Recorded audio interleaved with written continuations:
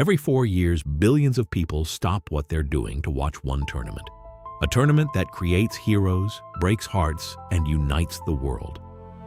The FIFA World Cup is the biggest sporting event on Earth. But have you ever wondered how it all began? The answer takes us back more than a century. Its story begins long before packed stadiums, television broadcasts, and global superstars. It begins with a dream. In the early 1900s, football was rapidly becoming one of the world's most popular sports. Football was spreading across Europe and South America. International matches existed, but there was no true world championship.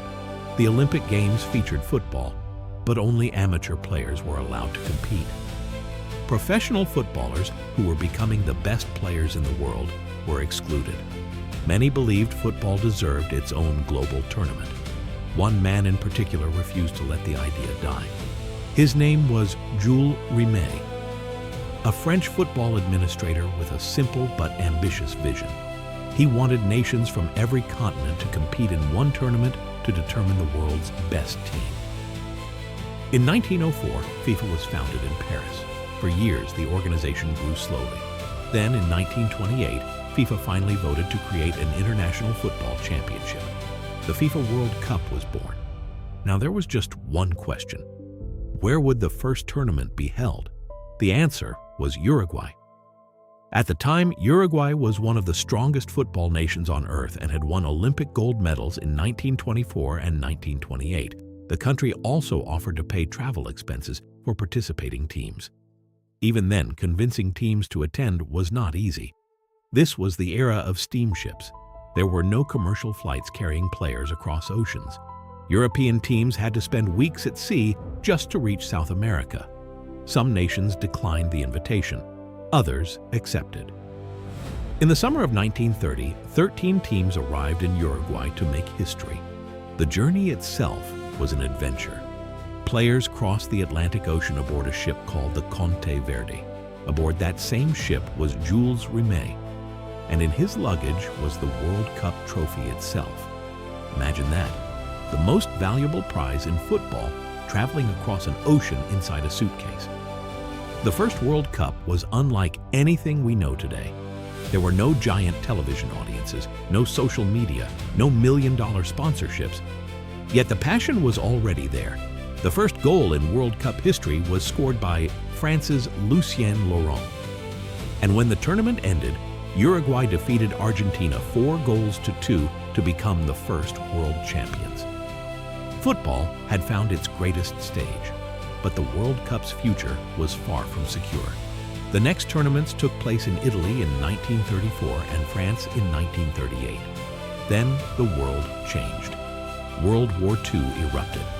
The World Cup scheduled for 1942 and 1946 were canceled. For more than a decade, football's biggest tournament disappeared. Many wondered if it would ever return. Fortunately, it did. In 1950, the World Cup came back in Brazil, and it immediately produced one of the biggest shocks in sports history.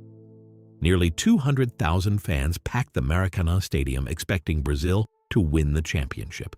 Instead, Uruguay stunned the host nation. The upset became known simply as the Maracanazo. To this day, it remains one of football's most heartbreaking moments. The 1950s also brought another miracle. In 1954, Hungary arrived as overwhelming favorites. They had not lost a match in years. Most experts believed the final would be easy, but West Germany shocked the football world and won. The result became known as the Miracle of Bern, and it proved that anything can happen at a World Cup. Then came a teenager who would change football forever. In 1958, a 17-year-old Brazilian named Pelé stepped onto the world stage. He played with joy, creativity, and confidence beyond his years. The world had never seen anything like him. Pelé helped Brazil win the World Cup and became football's first global superstar. By the time he won his third title in 1970, he had become a symbol of the beautiful game itself. As the decades passed, the tournament grew larger. Technology improved. Television broadcasts reached millions of homes. Footballs became lighter. Stadiums became bigger. The game became faster, and the World Cup became truly global. Then came one of the strangest stories in football history. In 1966, just months before the World Cup in England, the Jules Rimet Trophy was stolen.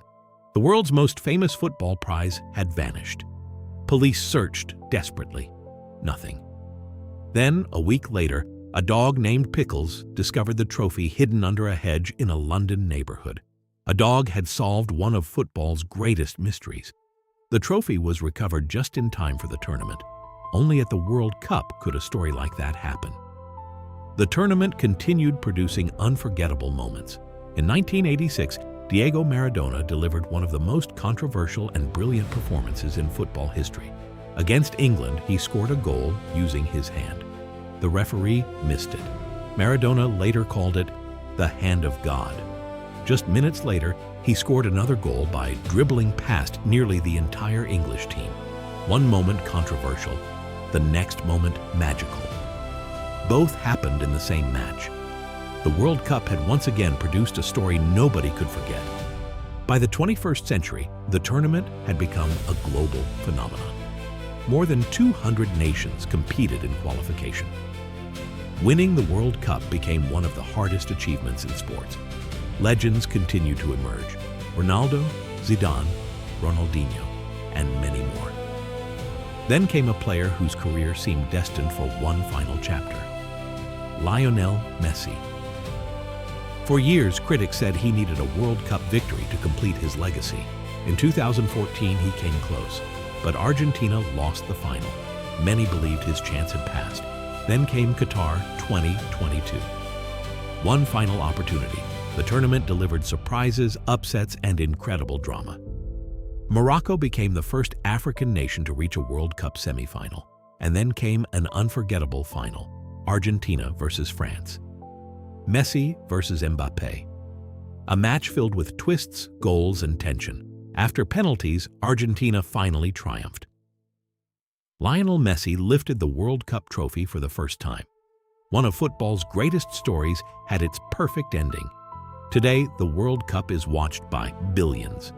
It has grown from 13 teams to a tournament featuring nations from every corner of the globe. And beginning in 2026, the competition will expand to 48 teams, making it larger than ever before.